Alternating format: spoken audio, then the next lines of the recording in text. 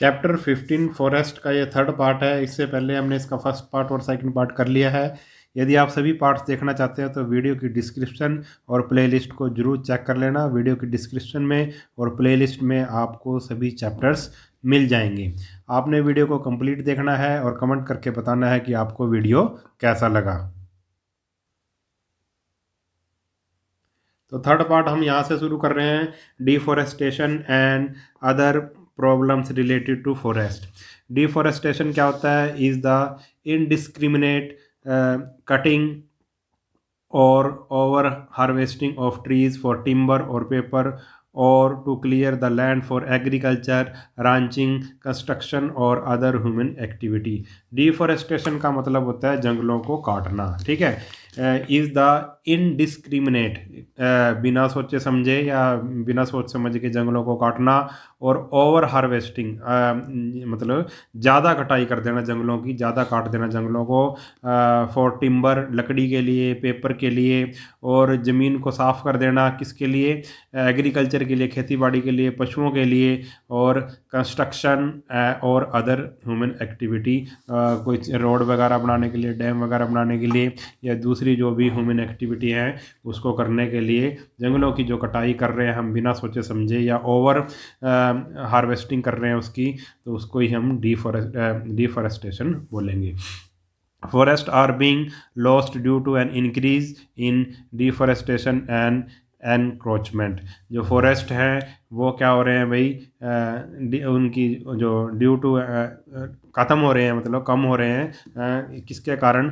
Deforestation के कारण, जंगलों की कटाई के कारण और अतिक्रमण के कारण। यानी कि अतिक्रमण का मतलब है जंगल के इलाकों को भी एक तरह से उस पर कब्जा कर लेना, उस पर दूसरी कई चीज़ें शुरू कर देना, जैसे खेती बाड़ी या कोई दूसरी ऐसी चीज़ शुरू कर देना जंगलों की कटाई करने के बाद, उसको बोलेंगे हम एनक्रोचमेंट, अतिक्रमण, यानी कि जंगल की जो ज़मीन है उस पर कब्जा कर लेना। The forest productivity has declined due to over use.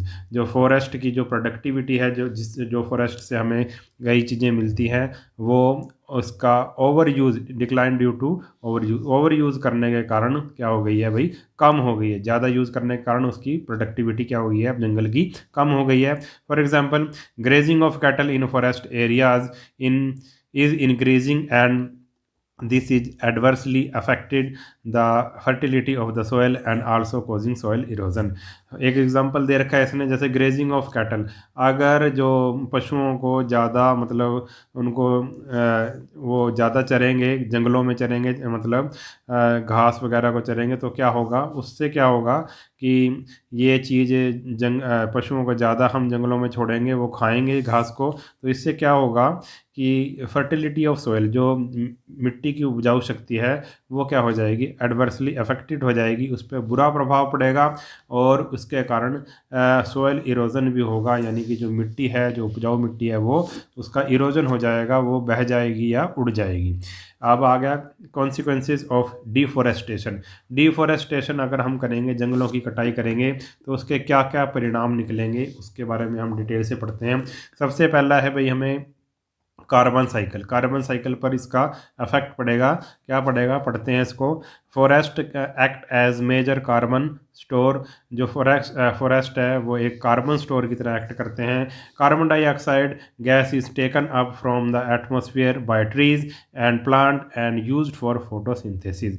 जो पौधे होते हैं, पेड़ पौधे होते हैं, वो कार्बन डाइऑक्साइड को लेते हैं एटमॉस्फेयर से, और जो भी ट्रीज़ हैं, प्लांट हैं, वो कार्बन डाइऑक्साइड को लेते हैं एटमॉस्फेयर से, और उसका यूज़ फोटोसिंथेसिस में करते हैं। आपको फोटोसिंथेसिस के बारे में पता होगा। फोटोसिंथेसिस के प्रोसेस से ही जो पौधे हैं अपना खाना खुद बनाते हैं। When forest are declared and the trees are either burned or allowed or to rot, carbon gets released in the form of CO2 gas. अगर हम जंगलों को साफ़ करेंगे या फिर पेड़ों को जलाएंगे या फिर ऐसे ही पेड़ों को सड़ने छोड़ देंगे तो क्या होगा भाई, कार्बन रिलीज होगा in the form of CO2, carbon dioxide gas के रूप में कार्बन रिलीज होगा। This leads to an increase in the atmospheric CO2 concentration. इसके कारण क्या होगा, जो भी एटमॉस्फेयर में कार्बन डाइऑक्साइड है यानी कि CO2 जो गैस है उसकी जो क्या हो जाएगी, वो उसकी मात्रा बढ़ जाएगी, इंक्रीज हो जाएगी। Carbon dioxide gas is a major contributor to the greenhouse effect. और कार्बन डाइऑक्साइड जो है वो एक ग्रीन हाउस गैस है, उसके कारण ग्रीन हाउस इफेक्ट होता है। आपको पता होगा ग्रीन हाउस इफेक्ट क्या होता है। इस इफेक्ट के कारण जो टेम्परेचर है पृथ्वी का वो क्या हो जाता है, भी बढ़ जाता है। और टेम्परेचर जब पृथ्वी का बढ़ जाता है तो वो अच्छा नहीं होता, उसके कई बुरे परिणाम निकलते हैं। सेकंड है the water cycle. Water cycle पर क्या इफेक्ट पड़ता है, trees draw ground water up through their roots and release it into the atmosphere through transpiration. अब जो ट्रीज़ हैं वो अपनी जड़ों से क्या पानी नीचे से लेते हैं, ज़मीन से लेते हैं और उसको एटमॉस्फेयर में ट्रांसपीरेशन प्रोसेस से क्या कर देते हैं, रिलीज़ कर देते हैं। In Amazon over half of all the water circulating through the region ecosystem remain within the plant। अब अमेजन जो है,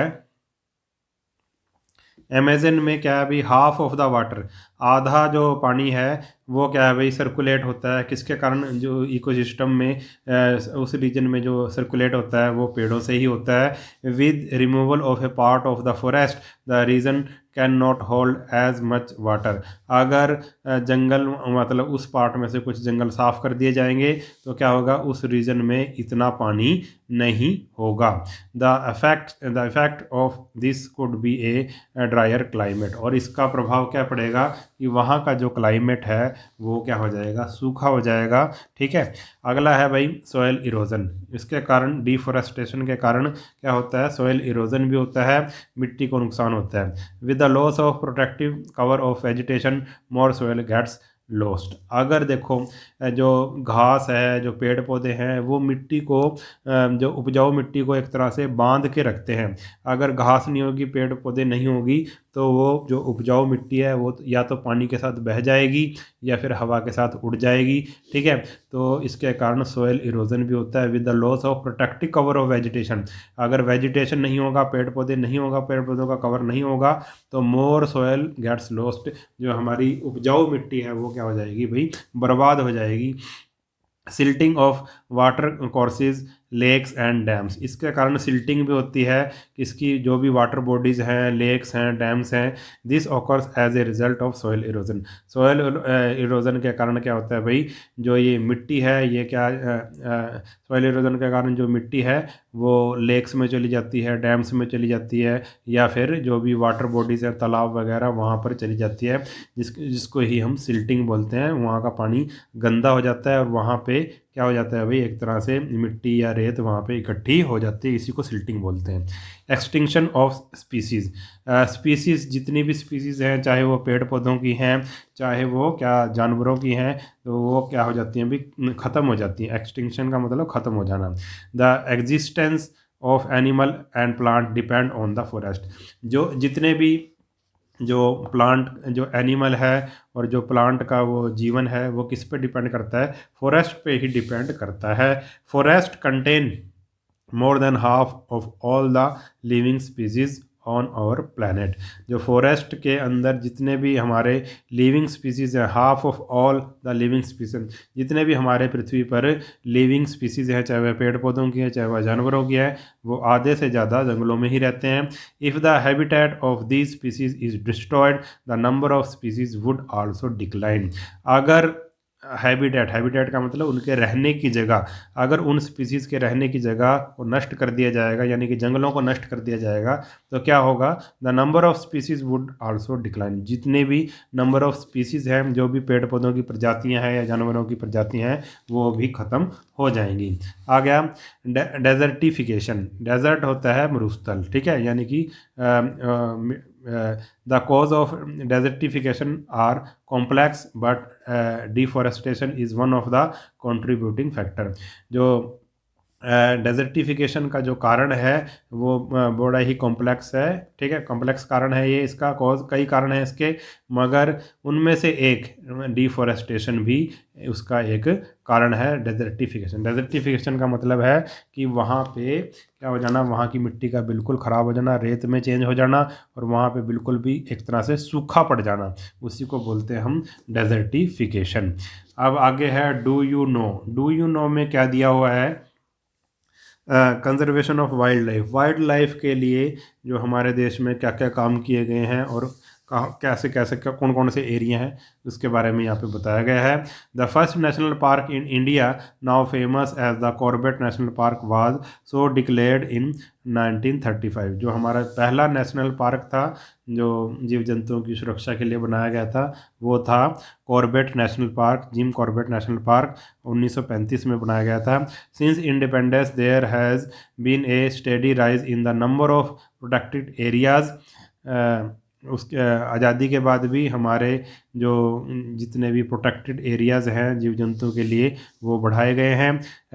national park and wild life sanctuaries specially after the enactment of the wild life protection act in 1972। 1972 के बाद क्या बनाया गया था, एक कानून बनाया गया था वाइल्ड लाइफ के लिए। उसके बाद हमारे जो नेशनल पार्क हैं और जो वाइल्ड लाइफ सेंचुरीज हैं वो उनकी संख्या बढ़ी है। इन 1988 there were 54 national park and 372 sanctuaries covering a total mass of area 10 lakh 9,652 square kilometre. 1988 में हमारे 54 नेशनल पार्क थे और 372 सेंचुरीज थी, ठीक है, जिसका एरिया इतना था। By the year 2000 this number had increase to 566 covering 1,53,000 square kilometre. और सन 2000 तक हम ये इनकी संख्या इतनी हो गई, 566 हो गई और एरिया इतना हो गया। और परसेंटेज में कहें तो 4.66 of India geographical area, India का जितना भी एरिया है उसका 4.66%। There are currently about 597 national park and sanctuaries. अब इस टाइम इन इंडिया में कितने हैं भाई, इतने नेशनल पार्क हैं और इतनी 597 नेशनल पार्क और सेंचुरीज हैं, और ये इतने एरिया को कवर करती हैं। आगे है और उसको कहेंगे 4.74% of the countries geographical area, और जितना भी हमारा एरिया है उसका इतने परसेंट को कवर करते हैं जो भी नेशनल पार्क हैं और वाइल्ड लाइफ सेंचुरीज हैं।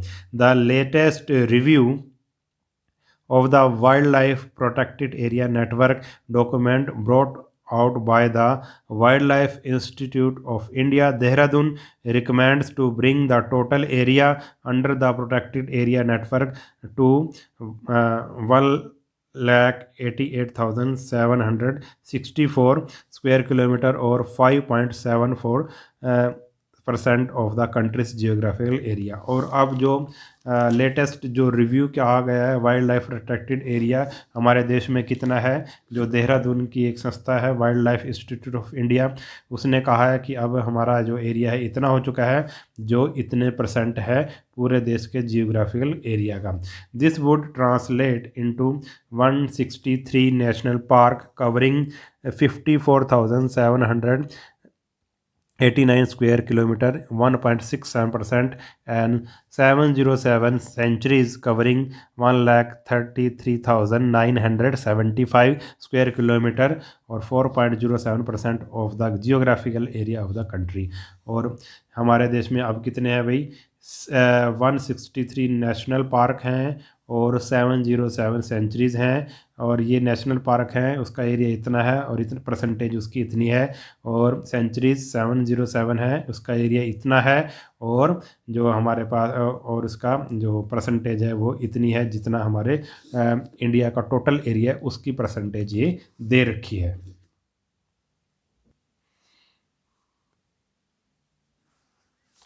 आगे है some common trees in India, जो इंडिया में जो पेड़ कुछ पाए जाते हैं उसके बारे में हम पढ़ेंगे। The national tree of India is बनियान। जो नेशनल ट्री है इंडिया का वो बनियान है। इसको बरगद भी बोलते हैं या संस्कृत में वट वृक्ष बोलते हैं। This huge tree towers over its neighbours and has the widest reaching roots of all known trees easily covering several acre. अब ये बहुत ही बड़ा पेड़ होता है और जितने भी आप जितने भी इसके आसपास जो पेड़ पौधे होते हैं उनसे ये बड़ा होता है और इसकी जो रूट है वो जड़ें हैं वो बहुत नीचे तक होती हैं, बहुत लंबी दूर तक फैलती हैं और कई एकड़ तक होती हैं इसकी जड़ें, ठीक है, ज़मीन के नीचे। It sends of new shoots from its branches to form roots so that one tree is really a tangle of branches, roots and trunks। और ये इसकी जो न्यू शूट्स निकलती हैं वो फ्रॉम इट्स ब्रांचेस से निकलती हैं टू फॉर्म रूट्स और वो रूट्स बनाती हैं। सो डैट वन ट्री, इसलिए हम कह सकते हैं कि जो एक बरगद का एक पेड़ है उसमें ब्रांचेज होते हैं, रूट्स होती हैं और ट्रंक्स होते हैं। द बनियान trees regenerate and leaves for an incredible length of time. जो बनियान ट्रीज है, बरगद का पेड़ है, वो रीजनरेट करता है यानी कि अपने आप दोबारा से पैदा हो जाता है और ये क्या कई सालों तक ये रह सकता है, इनक्रेडिबल लेंथ ऑफ टाइम, सैकड़ों सालों तक ये जीवित रहता है। It is therefore thought of as immortal tree, इसलिए इसको एक न मरने वाला पेड़ भी कहते हैं, ठीक है, क्योंकि ये इसको माना जाता है कि बहुत साल तक ये जीता है पेड़, इसलिए इसको न मरने वाला पेड़ भी कहते हैं। Teak is one of the most popular tree in India. जो टीक का पेड़ है वो पॉपुलर ट्री है हमारे इंडिया का। It is mainly used for making of furniture and doors. इसका इस्तेमाल फर्नीचर बनाने में और दरवाजे बनाने में किया जाता है। Teak also has medicinal value, इसकी जो दवाइयाँ भी बनती हैं। The bark is bitter health giving tonic and is consider useful in fever. जिसकी जो छाल है, इसकी छाल कड़वी होती है और उसको एक हेल्थ टॉनिक माना जाता है और ये बुखार में काम आती है। आगे आगे neem. Neem tree is popularly known as the miracle tree. Neem tree को मिराकल ट्री भी कहते हैं, जादू का पेड़ भी कहते हैं। It is useful tree in rehabilitating the waste land area. और ये एक बहुत ही यूज़फुल ट्री है। अगर कोई मतलब वेस्ट एरिया पड़ा है यहाँ वहाँ पर अगर इसको लगा दिया जाए तो बहुत अच्छा होता है, बहुत यूज़फुल होता है। Even today the neem tree is the focal point of village life.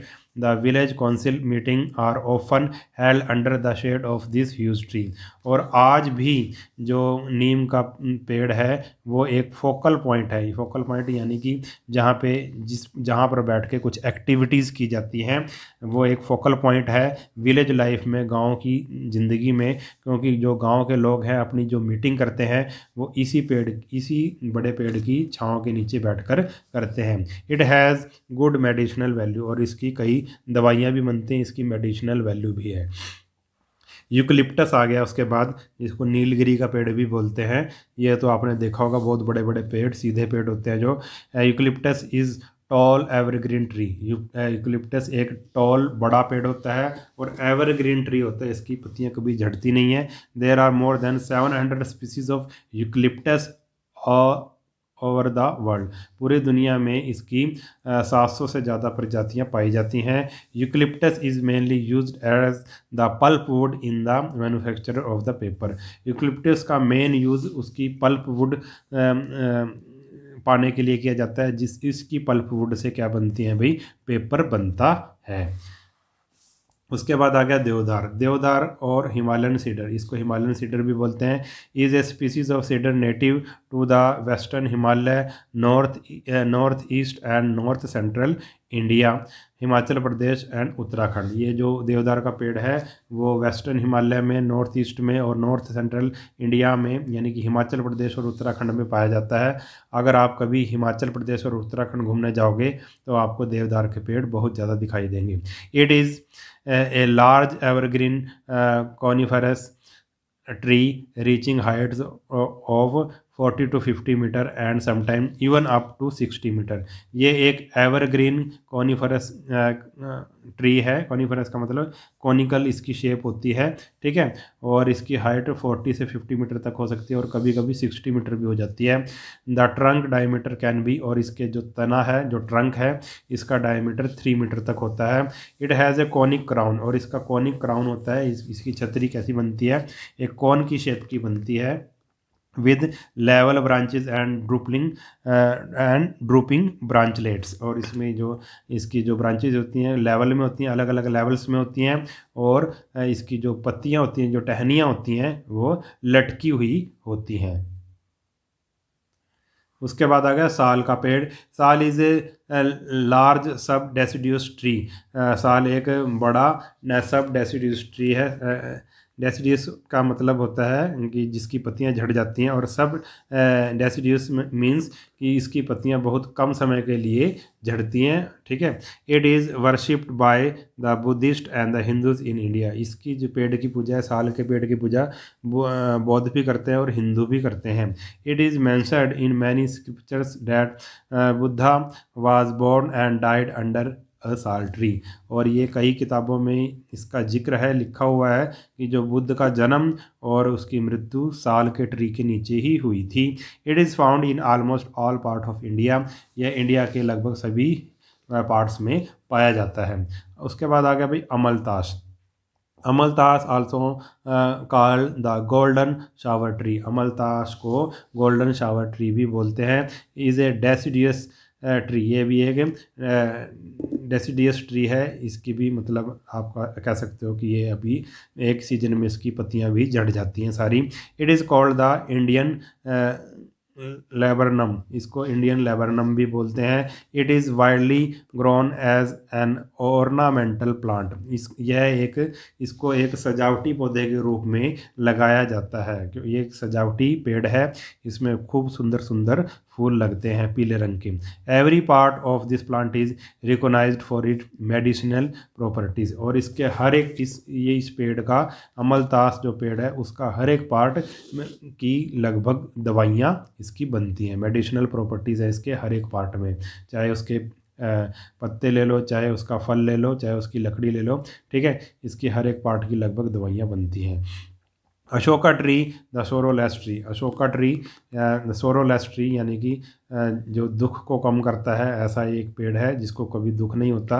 पहले पुराने ज़माने में क्या किया जाती थी भाई, अशोक वाटिकाएं बनाई जाती थी, ठीक है। अशोक के पेड़ की बगीचे बनाए जाते थे। Is a flowering tree. ये एक फ्लावरिंग फूल वाला पौधा है, पेड़ है। Considered sacred through out India and Sri Lanka. इसको श्रीलंका में, इंडिया में और श्रीलंका में पवित्र समझा जाता है। It is prized for its beautiful foliage and flower. और इसकी क्या होती हैं भाई, इस जो पेड़ की सुंदर पत्तियां होती हैं और इसमें फ्लावर भी आते हैं, ये इसकी विशेषता है।